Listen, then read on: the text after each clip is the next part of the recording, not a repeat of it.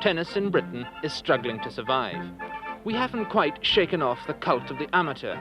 Tennis is still a game ruled by the well-bred. This is the Hurlingham Club, which every year before Wimbledon plays host to the tennis stars. For the older players, it's a genteel ritual. Stan Smith signs autographs for his admirers, and while Dominique Nastasi is introduced to a Pim's Fruit Cup, her husband has a playful romp in an exhibition game, and the members applaud.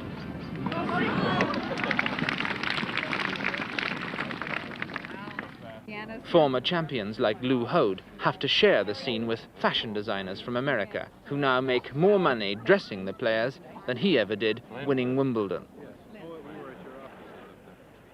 But it's not quite the same this year. Another young superstar, Björn Borg, is locked in the dressing room, unable to walk about, even at Hurlingham, lest he be mobbed by teeny-boppers. Excuse me. His entrance to play an exhibition game is stage managed like that of a pop star, which of course is what he is.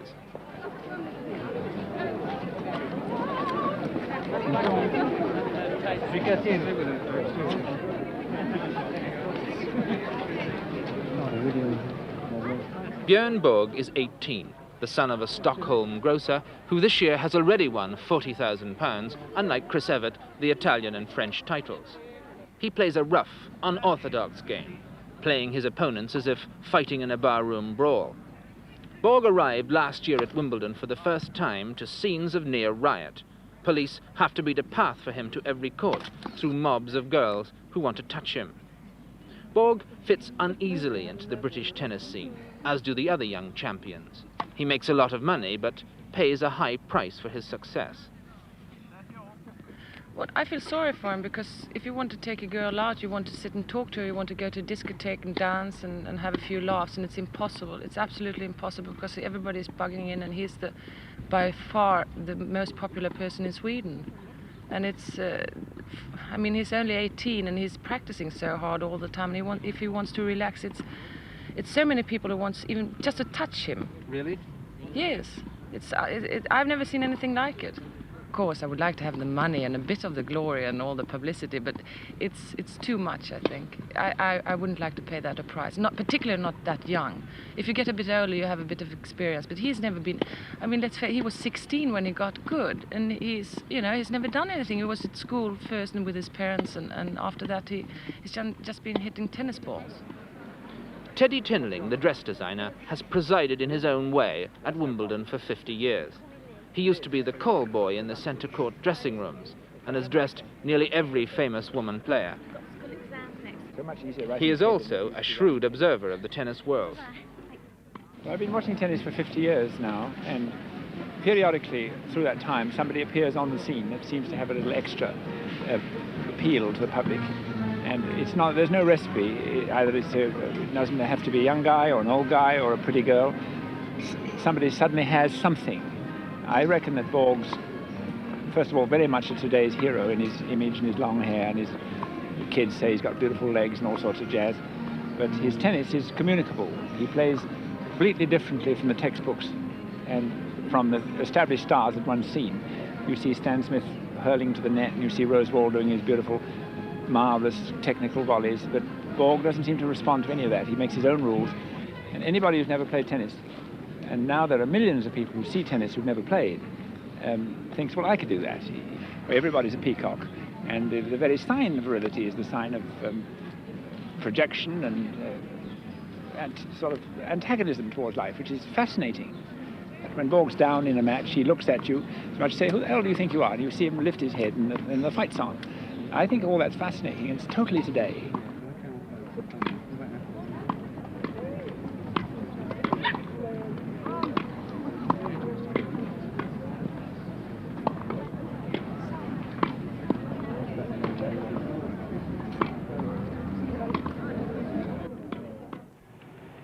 For the moment, I'm used to everything. With the girls, it was difficult last year, for instance. When I came to Wimbledon, I was very surprised what's happening, but now I'm used to it, I'm used to my friends, I'm used to the climate and everything, because now I've been playing 2 years in the circuit, and you get used to everything.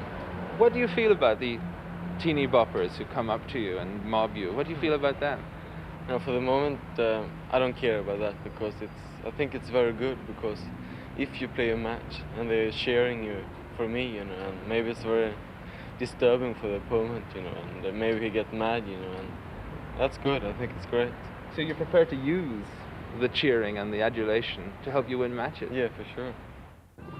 Well, I think that many of the girls in Sweden would, you know, like having a dream, like going out with Björn. And I went out with him a few times, and he's a really nice boy, and we had a good time together, but nothing kind of serious. Why nothing serious? Because it's too difficult for him, and well, I guess we were only just really good friends, and that was why how it came out. It was a girl he went out with for quite a while, and she they were really kind of serious, but in the end she thought it was too much, you know, hanging around Björn and all the reporters and everything, and they kind of just broke up. But it was Björn who was one who was kind of serious about it. If he would have liked to do something else, he can't. Because everybody's there to talk to him, to interview him, to do specials on him. You know, in Sweden, we go on Tuesdays, we get the weekly magazines, and we go, you know, we have a bet how many magazines are going to run Björn on the front page.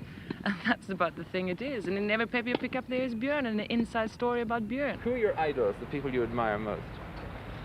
For the moment, I don't have any idol, you know. But for the first 2 years, I have Lever like an idol when I start to play tennis, but no. I don't have an idol. Why not?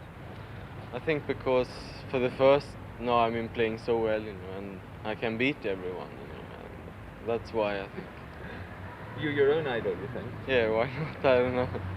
Is there anybody in the world you would rather be except you? Yeah, maybe sometimes I want to be a private person, so nobody knows, you know, when I go out, nobody look at me, you know, and things like that. That's happening sometimes. But is there any other tennis player or any other public figure you would like to be except Björn Borg? No, I don't think so. You like yourself? Yeah, I like myself. Wimbledon has had to make many adjustments in the past decade.